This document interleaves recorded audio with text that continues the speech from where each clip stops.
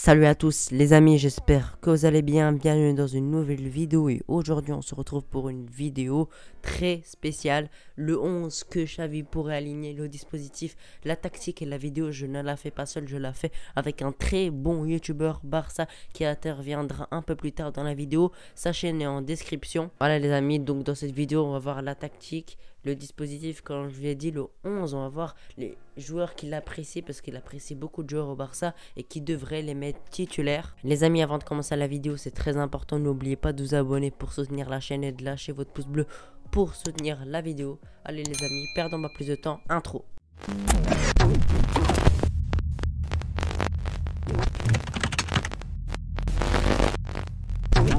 Les amis, on va commencer par énoncer la tactique. C'est un 3-4-3 assez modulable, assez spécial que Xavi aligne avec Al Saad, le club du Qatar, et ça marche vraiment très bien. Il y a beaucoup de jeux de position. On voit que franchement, Xavi est un très bon tacticien. Je pense que ce 3-4-3 pourrait vraiment marcher parce qu'on aurait de très bons alliés sur les ailes pour pouvoir percuter. On aurait une stabilité défensive avec 3 défenseurs. On aura un numéro 9. On aura des joueurs qui joueront à leur poste et ça c'est très important parce qu'on a vu beaucoup trop de fois la saison dernière avec des joueurs qui jouaient par leur poste. Les amis, la vidéo va se dérouler où je vais donner d'abord le gardien et les 3 défenseurs, puis Wartok dira les milieux, puis je dirai l'attaque. Voilà, ça va se dérouler comme cela. Donc je vais commencer par le gardien, Marc-André Ter Stegen. Voilà, il n'y a pas vraiment trop de choix parce que Neto, voilà Neto quoi, voilà, il a un niveau assez acceptable pour un deuxième gardien. Et Peña et Tenas, bah ils n'ont pas assez d'expérience, ils sont beaucoup trop jeunes pour prendre leur place de titulaire. Donc Marc-André Ter Stegen au but, même si je commence à avoir quelques doutes sur lui parce que voilà, ses performances depuis quelques années commencent à regresser, mais j'espère que ça ira mieux avec Xavi. Maintenant passons à la charnière. Alors on va commencer par le premier, Eric Garcia. Même s'il a eu des débuts difficiles, on a vu qu'il pourrait vraiment être le patron de la défense. C'est vraiment un joueur excellent techniquement, il est excellent voilà sur les relances. Il est vraiment, c'est un de ses points forts, la relance. Un joueur très intelligent, il essaye de prévoir ce que va faire l'attaquant, c'est un de ses points forts. Également, il fait penser aussi au piqué d'avant qui n'était pas trop dur sur l'homme, qui allait pas tacler, etc. Pas souvent comme des Ramos par exemple, mais qui était vraiment très malin. C'est comme ça qu'il arrivait à piéger les attaquants. Malheureusement, il est assez petit, il n'est pas trop physique, je trouve, pour un défenseur. Donc, il faut aussi trouver des joueurs complémentaires à lui. Et pour le compléter, c'est Araujo. Ce sont deux joueurs qui se complètent très bien. Araujo, c'est un joueur assez grand, assez musclé, assez dur sur l'homme. Il vient tacler souvent, il va sur les joueurs, il n'a pas peur d'aller sur les joueurs. Et ça, c'est un de ses points forts. C'est aussi très rapide, voilà. Si jamais il y a une contre-attaque, il peut rattraper les attaquants, pas comme Eric Garcia qui a une pente de vitesse pas trop rapide. Puisqu'un joueur ne peut pas être parfait dans la relance, malheureusement il n'est pas excellent, je le trouve assez moyen, mais je trouve qu'il a progressé depuis quelques années. Il pourrait progresser petit à petit, même s'il ne sera pas un grand relanceur, mais je trouve qu'il pourrait être potable dans la relance. Et pour compléter cette charnière à 3, c'est tout simplement Clément Lenglet qui joue de temps en temps et qui fait quand même de bonnes performances. Pour moi, on avait le choix entre Piqué, Umtiti et tout simplement Lenglet, et je trouve que Lenglet c'est le mieux. Évidemment, Umtiti, il faut laisser tomber parce que le coach ne comptera pas sur lui, parce que voilà, il est beaucoup trop souvent blessé, on ne connaît pas trop son physique. Voilà, en tout cas, il n'a pas la confiance du coach, donc lui, c'est sûr, il ne sera pas dans la charnière. Et Piqué, voilà, je trouve beaucoup trop vieillissant, son niveau régresse énormément. Il va falloir qu'il laisse la place aux autres et l'anglais pourrait le remplacer. On espère qu'il fera de bonnes performances. En tout cas, il en est vraiment capable, il a su le montrer. C'est un joueur un peu avec le style de Eric Garcia, c'est un joueur intelligent, bon dans la relance, pas très rapide et encore moins rapide que Eric Garcia. C'est le défenseur le plus lent de la charnière. Maintenant, je laisse ma place pour Warthog qui va nous dire le milieu.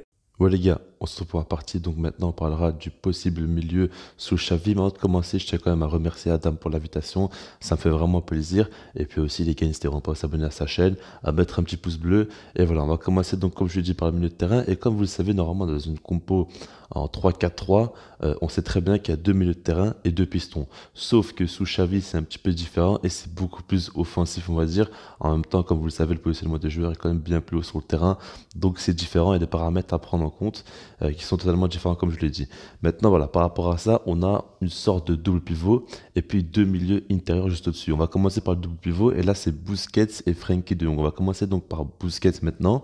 Moi, je suis persuadé qu'il va mettre Busquets titulaire directement parce qu'il avait fait une interview où il disait clairement que si Busquets est mis dans les bonnes conditions, il est vraiment indispensable à une équipe au milieu de terrain et qu'il est très très important. Et moi je pense que ce qu'il veut dire clairement, c'est qu'en gros si on limite un maximum les replis défensifs de Busquets et qu'on le met dans un rôle où vraiment il a une importance balle au pied dans la création du jeu, eh ben là-dessus il est très très fort. Et là-dessus je pense clairement qu'on est tous d'accord. C'est un petit peu comme le parallèle avec le Busquets en Espagne et avec le Barça. Mais évidemment le jeu en club et en sélection c'est totalement différent. Maintenant il y a quand même un énorme monde d'écart entre le niveau de Busquets en Espagne et celui avec le Barça. Donc du coup, voilà, moi je suis d'accord par rapport à ça. Et même si que Nico doit avoir de plus en plus de temps de jeu, je pense que Busquets est quand même par favori. Et donc voilà, maintenant on va passer à Frenkie de Jong. Et par rapport à lui, alors comme vous le savez actuellement, il a une passe assez compliquée. On sent qu'il est plus trop heureux, tout ça.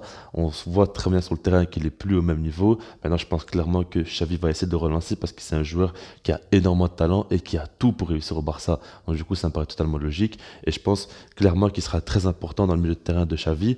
Donc du coup, moi, je pense vraiment qu'il va avoir donc du temps de jeu, qu'il jouera. Et dans ce rôle-là, c'est intéressant. Après, il faudra voir parce que moi, ça ne m'étonnerait pas qu'il joue en tant qu'intérieur aussi. Hein. Frenkie, donc pourquoi pas De Jong intérieur avec Nico à côté de Busquets. Ça, c'est faisable aussi hein, parce que De Jong a vraiment beaucoup de qualités offensives. Donc, du coup, là-dessus, il faudra voir comment il va utiliser. Mais en tout cas, De Jong, c'est sûr qu'il a sa place. Et pour moi, dans un rôle de 6 comme dans un rôle intérieur, il peut beaucoup apporter. Et beaucoup de gens disent qu'il est meilleur en 6 ou en tant qu'intérieur. Moi, je ne sais pas trop. Pour moi, franchement, il peut apporter beaucoup dans les deux et ça dépendra vraiment de l'animation au milieu de terrain et de ce que Xavi voudra mettre en place. On va passer maintenant aux deux intérieurs. Et ce qu'il faut savoir avant que je parle des joueurs, c'est qu'en gros, ces deux joueurs-là, dans la compo de Xavi, c'est les deux joueurs qui auront le plus de liberté et plus d'importance, on va dire, parce que les autres joueurs auront vraiment une position à respecter, une zone vraiment à respecter, alors que les deux intérieurs, eux, peuvent bouger un petit peu comme ils veulent. Comme je l'ai dit, ils sont assez libres, ils peuvent faire un peu ce qu'ils veulent, et c'est les deux joueurs les plus importants parce qu'ils doivent créer le jeu et ils doivent clairement trouver facilement à chaque fois les attaquants. Et si jamais le Barça face à un bloc bas ou quoi, c'est eux qui doivent vraiment créer des différences. Donc du coup, par rapport à cela, moi j'ai mis Pedri et Gavi. Maintenant le truc c'est que voilà quoi, si j'ai mis ça comme ça, après vous savez très bien qu'il y a Riqui Puig. Et personnellement je pense que Riqui Puig actuellement, il pourrait peut-être plus apporter qu'un Gavi. Même si Gavi a beaucoup plus de temps de jeu et beaucoup plus en confiance actuellement, je pense que si Riqui Puig il a de plus en plus de temps de jeu lui aussi et qu'il gratte de la confiance, il pourrait quand même être très très fort dans ce rôle d'intérieur. Moi, je l'ai toujours bien vu dans ce rôle-là. Mais voilà, on va commencer par Pedri.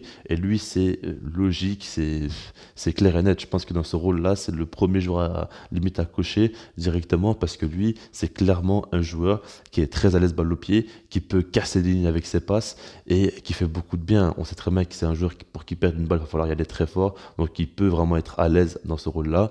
Et c'est un joueur qu'on voit clairement là où il est le plus fort. C'est quand il est positionné au milieu de terrain, assez axial et qui peut trouver des joueurs libres.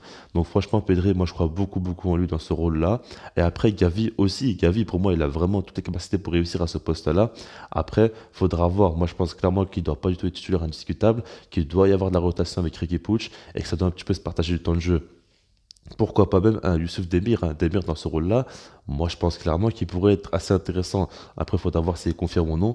Mais voilà. Donc, du coup, par rapport à Gavi, on sait très bien, il a les deux pieds, il est très technique, il a une très bonne vision de jeu, il a une bonne qualité de passe aussi, il a une bonne qualité de contrôle, très fort dans tout ce qui est technique, tout ça. Non, franchement, il est très complet. Mais en plus de ça, ce qui est bien chez lui, c'est qu'au pressing, il est très fort. Et c'est la même qualité que Pedri. Les deux, là, en fait, à la perte de balle, on sait très bien qu'ils apportent beaucoup. C'est deux joueurs qui courent énormément sur le terrain, qui pressent et qui arrivent vraiment à récupérer des balles.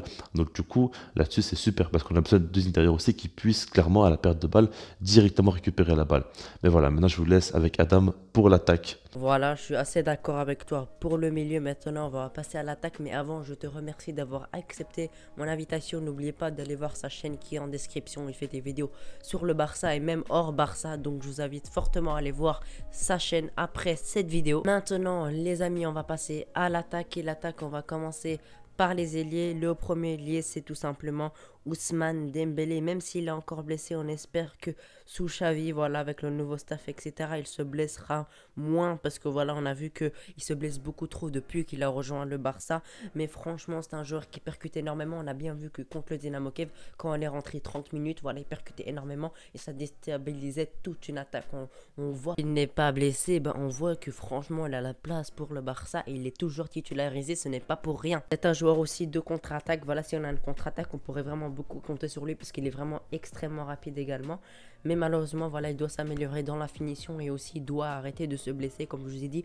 J'espère qu'avec le nouveau staff de Xavi, il se blessera beaucoup moins parce que, voilà, malheureusement, il se blesse beaucoup trop et malheureusement avec son gros salaire et il est en fin de contrat, je pense qu'il prolongera parce que je pense pas que beaucoup de clubs seraient intéressés à part Newcastle. Je pense qu'il prolongera et on espère qu'il se blessera pas et que Xavi trouvera un moyen pour moins le blesser, qui soit en meilleure condition physique. Comme ailier gauche, je mets Ansu Fati, voilà un jeune qui a à peine 19 ans. On a vu encore son retour de blessure de quasiment 1 an, c'est environ 10 mois. Voilà, après son retour, on a vu qu'il est encore décisif avec sa finition, avec sa percussion, avec ses dribbles. C'est un joueur très important, c'est pas pour rien qu'il a eu le numéro 10, c'est un joueur très crucial. Malheureusement, il s'est encore blessé face au Celta Vigo. On espère qu'il reviendra le plus vite possible, ça devrait être quelques semaines, mais on espère que ça sera pas des mois et des mois. Je pense que ça sera 3-4 semaines environ et on espère qu'il reviendra le plus vite possible. Mais en tout cas, il est vraiment très important pour le Barça, surtout en termes de finition, parce que on croque beaucoup trop face au but et Ansu Fati c'est tout le contraire. Il a quelques occasions, même il a une occasion dans le match, il arrive à te mettre le but. Et également, il sait déstabiliser une défense par ses dribbles parce que c'est un très bon dribbleur. Et en plus, c'est un joueur d'avenir parce qu'il vient d'avoir que 19 ans, donc il pourrait rester une décennie au Barça et on espère qu'il restera le plus possible au Barça. Maintenant, on va passer au numéro 9, à l'attaquant point Memphis Depay, qui a été très bon au début de saison. On a vu, on a été tous ravis de son arrivée. Même en pré-saison, il était excellent. Contre la Real Sociedad, il a été excellent. Voilà, dans les premiers matchs, il a été excellent. Mais je trouve qu'il y a eu une baisse de régime de sa part. Mais je ne l'en veux pas trop parce que également les joueurs ont eu beaucoup de baisse de régime. On voit que le Barça va pas très bien. Je pense qu'avec le retour de Xavi, ça pourrait vraiment lui faire du bien. Je pense que ça lui fera du bien d'avoir un vrai coach qui sera bien le placer, qui sera mettre dans bonnes conditions Memphis Depay et les autres joueurs en général. Il est très important dans les dribbles parce que notre attaque, on a que de très bons dribbleurs comme Dembélé, comme Ansu Fati, comme Memphis Depay. Voilà, il sait éliminer des joueurs par les dribbles, même si des fois il en fait trop. Il joue pas assez simple, mais dans les dribbles, il est excellent. Il marque quand même quelques buts. C'est le meilleur buteur du Barça. Je pense qu'il en est à 7 après le match du Celta Vigo. Donc bref, c'est pour dire qu'il sera très important, qu'il sera même un des leaders parce que en début de saison, avant que Fati soit de retour de blessure, c'était le leader du Barça. On voyait vraiment que c'était le joueur dont les joueurs comptaient le plus sur lui et il sera très important pour cette saison. Maintenant, on passe à la conclusion. Voilà, je pense que sur cette composition, c'est une des compositions que je pense que Xavi alignera, voilà, en termes de dispositif, en termes de tactique. Évidemment, ce 11 bougera parce que on a déjà énormément d'absents. Par exemple, comme Adi Warthog, le milieu, il y aura de la concurrence avec Pedri, avec De Jong, avec Gavi, avec Ricky. On a vraiment énormément de joueurs de très bonne qualité au milieu. En attaque aussi, ça pourrait bouger parce qu'il y a également Demir. Il y a un joueur marocain, j'ai oublié son nom, mais aussi il a beaucoup de potentiel. En défense aussi, ça pourrait bouger si l'anglais fait de trop mauvaises performances. Il pourrait être remplacé par Piqué, voire Umtiti. En attaque, si les joueurs se blessent pas, je pense pas que ça va bouger parce que Memphis Depay est un des leaders. Il ne bougera pas du 11. Même chose pour Ansu Fati et Dembélé, s'il ne se blesse pas, il sera titulaire sur le côté droit en ailier ou sur le côté gauche. Voilà les amis, j'espère que vous avez apprécié cette longue vidéo. Voilà, elle est un peu plus longue que d'habitude. J'espère que vous l'avez apprécié quand même. N'oubliez pas de vous abonner si ce n'est pas fait, d'aller voir la chaîne de Warthog. Voilà, c'est très important. N'oubliez pas de s'abonner à sa chaîne, ça lui ferait vraiment beaucoup. Bref, merci d'avoir regardé la vidéo les amis. Je vous souhaite une bonne journée. Ciao.